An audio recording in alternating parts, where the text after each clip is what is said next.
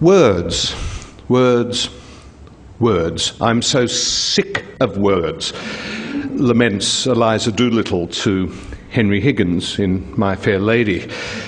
She has a point, and it's nothing to do with hurricanes in Hertfordshire or Hampshire or inclement weather in Spain. The thing about words is there's so many of them. There's now so many words and resulting sentences, paragraphs, chapters, volumes, whizzing around on paper and in cyberspace that it's impossible to avoid them. Indeed, we're existing here in an institution devoted to them, and we could call it the Wheeler Word Centre for the day. You might say that the Age is another place in which words matter, or at least they matter to the bulk of us who work there. And they certainly matter to me. Once, in the spirit of a former chief executive of Fairfax who curiously described journalists as content providers, I wrote how I preferred the phrase alphabet reassignment officers. And in roughly the same way that compositors of old would select letters from a case and painstakingly assemble them into type and columns and hence into a newspaper, journalists tap away on their keyboards every day and bring the news alive. The technology might have changed, but what we actually do between what happens in our brains and what you see in the paper is essentially the same. But not for me, the 140 character restrictions of the tweet or the hopeless abbreviations of the text message, or indeed emoticons in any form. But it's words that matter, and I mean full words. They are the things that matter and will always matter, as long as there are people to write them and as long as there are people to read them. Yes, there are parameters and there are rules that exist in some minds in order to be waived or indeed broken. And with words, oh look, let's string them together, shall we, and call them writing. The perils of slapdashery, laziness and mindless imitation are never too far in the background. Sam Goldwyn once called for some new cliches. Well, why, when there are so many old ones around on which far too many journalists still rely? At the end of last year, I wrote an article for The Age's opinion page. It was New Year's Eve, and I was writing about New Year's resolutions. And the answer is that my only New Year's resolution is not to make any. But I thought I'd go out with a bit of a whinge. And the headline on this piece said it all. And the headline was this: "Irritating language I want to see banned, literally." This was by way of tribute to a new hero of mine, a linguistic hero, John Rentoul of the Independent newspaper in London, who drew up a list of the key words and phrases he wants banned. Now note the word banned, not shelved away in some linguistic remand centre, but put away never to be released. And it's down to John Rentoul and his banned list, which has got some remarkable words on it. I'll just give you a few. Game changer, in any way, shape or form, a no-brainer, paradigm, daily basis, ongoing and stakeholder. Well, there's a few to get people annoyed to start with. In my piece, the word literally in the headline was reference to, indeed, one of those words, and it's on John Rentoul's list, and it's certainly almost at the top of mine. And in fact, there's a very small and useful book I could recommend, which is published by the London Daily Telegraph on such linguistic howlers, and it's called She Literally Exploded. And I think that proves, beyond reasonable doubt, why literally has long been what you might call a dead word walking, something being led along the dark corridors of literary prison towards its own inevitable execution. Probably won't occur in my lifetime or anybody else's lifetime, but I do hope it does eventually. And there are many, many others. In very little time in doing my own A to Z, not trying to conflict with John Rentoul's, plagiarism can go any too far, and that's a nasty word as well. My A to Z began with A-list, which I described as the national noun for the people you invite first, and ended with zero tolerance, which will exist only once I become supreme dictator as part of the punitive powers of the word police. In between, my list included such appalling linguistic creations as moving forward. This is good. Now, the Americans have come up with a variation, which is leaning forward, which I think applies as much to aspiration, say, in the presidential race, as it does to the angle of a celebrated tower in Pisa. But it's a ridiculous word in any form. Uncertain future, and tell me a future that isn't. Something being the new something else, brown being the new black, 30 being the new 40, and other such miscreants. One of the worst, in fact, in my mind, probably the worst, is the use of weather in news reports as an indicator of popularity. How often do you hear or read the circumlocution, rain failed to dampen their spirits? Rain has little to do in determining if people will attend an outdoor event. They go because they want to. The same applies to heat. Extreme temperatures didn't deter the capacity crowds, or indeed to just ordinary middle-range weather. Perfect spring conditions drew a record crowd. Well, I mean, there you have it. The weather is nothing to do with it at all. Rather than rehash this list, moving along rather than forward, let me merely add to it. And a short session in front of the ABC News for a couple of nights and a read through several newspapers, I'm afraid including my own, has yielded several more prime specimens. Chief among them, and it's not a new phenomenon, as people like to say, it's not new at all, is use of the verb vow. Now, politicians don't promise things anymore. They don't assure you that things are happening. And lesser beings don't announce that they're doing something positive. They vow. Not that they actually say it. It's said on their behalf. And why this explosive increase in public figures taking holy orders? Well, thinking practically, vow is short and snappy, and at four letters, short of the word promise, perfect to fit into a headline, and therefore bliss to the ailing, hard-done-by sub-editor, or former sub-editor. Another word beginning with V and with one additional letter is the Antediluvian Valet.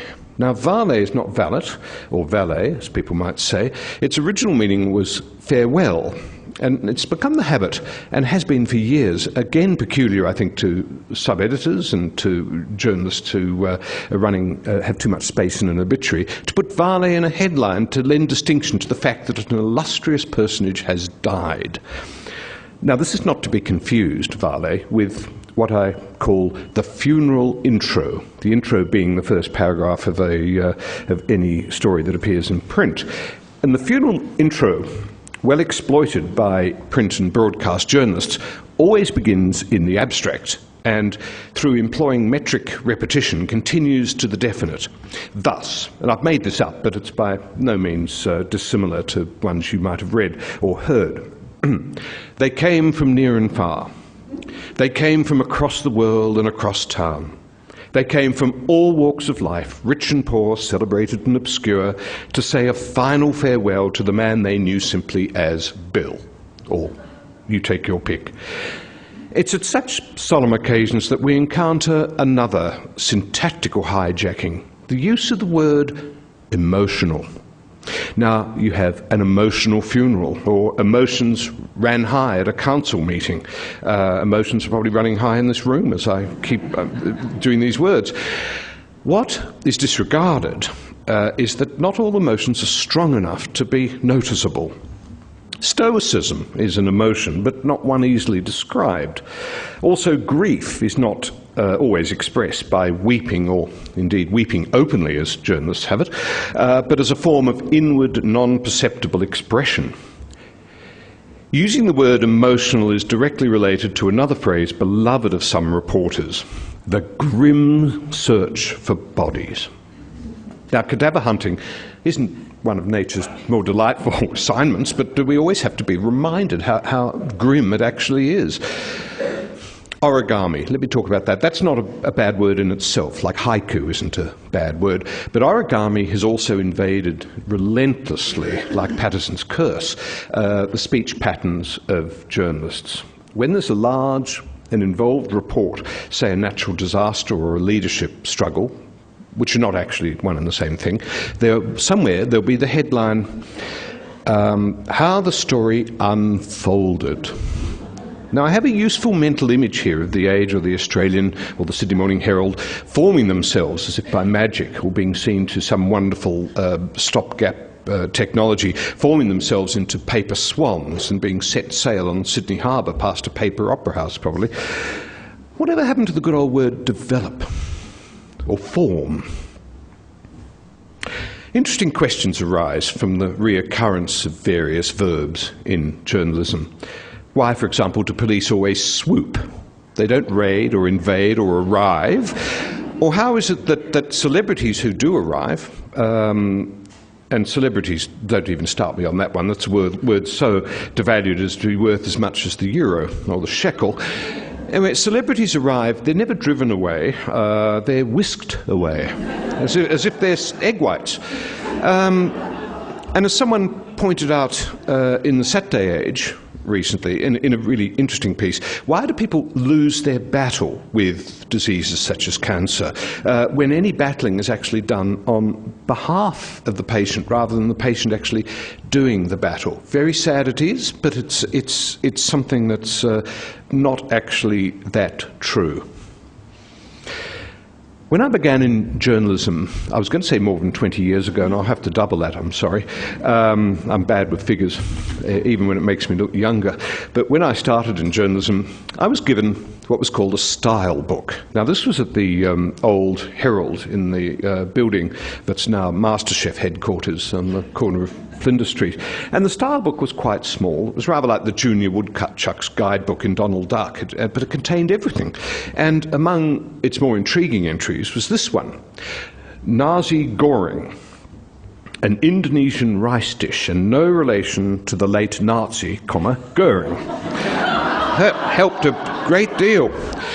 And this did contain the style book. It was respected, and indeed it was useful, and it really actually helped as journalists enormously, as does the Fairfax Media style book as well, which is its logical descendant, which we can also read online. I reckon it should be published because it would to a wider audience, because it would help, because a lot of newspapers do publish their style books, and most notably the New York Times and The Economist, and they make good reading, not just for journalists.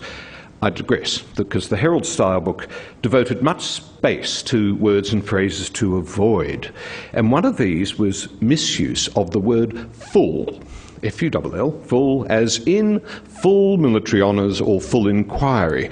Now, such events don't and cannot happen in half measures. When did you hear of a funeral with semi-military honours, or an inquiry that was just going to deal with some of the aspects and not all? The word full inquiry is just, it's there, it's a verbal tick at the beginning of it. And journalists, unfortunately, and broadcasters still append the word full, and in the process the language continues to be degraded. On it goes. Excuse me while I have a sip of water. Not a full glass, but it's now a little bit emptier. On it goes. Such terms as these are not subject to entry visas, and they're allowed in. And unlike guests or fish, stay far, far longer than 3 days, then being thrown out. What concerns me, apart from the solecisms embodied by this sort of lazy reporting, is the lack of quality control that could stop them at source and perhaps indeed prevent their reoccurrence. Perhaps media organisations should have the equivalent of a swear box. Misuse literally or vow, pop a full in front of that inquiry, and there you go, you have to put $5 into the box as a form of plenary linguistic indulgence, and you could use the proceeds to buy a full version of the Oxford English Dictionary. There is at least something to be said in praise of print and broadcast journalism. It mostly gets it right. I would hate you to think I've come along today moaning about the way language is misused, when it's in fact only a very small part of, I suppose, the millions of words we use every day, or indeed as readers we read every day. We mostly get it right, and better than that, we try to get it right. But it could be even better. It could be righter, as I once heard somebody say. I slapped him across the face. If greater respect is shown to the language. Just as there's always something to say, there's always a new way to say it. Yes, you can be elegant, you can be stylish and witty, and sometimes in the same paragraph, if not the same article. But to maintain this false dependency on the sorts of language I've mentioned perpetuates the already dead and stifles the spirit of invention. There aren't many easy guides to originality, except mine tends to be, if it pleases me, it might please you.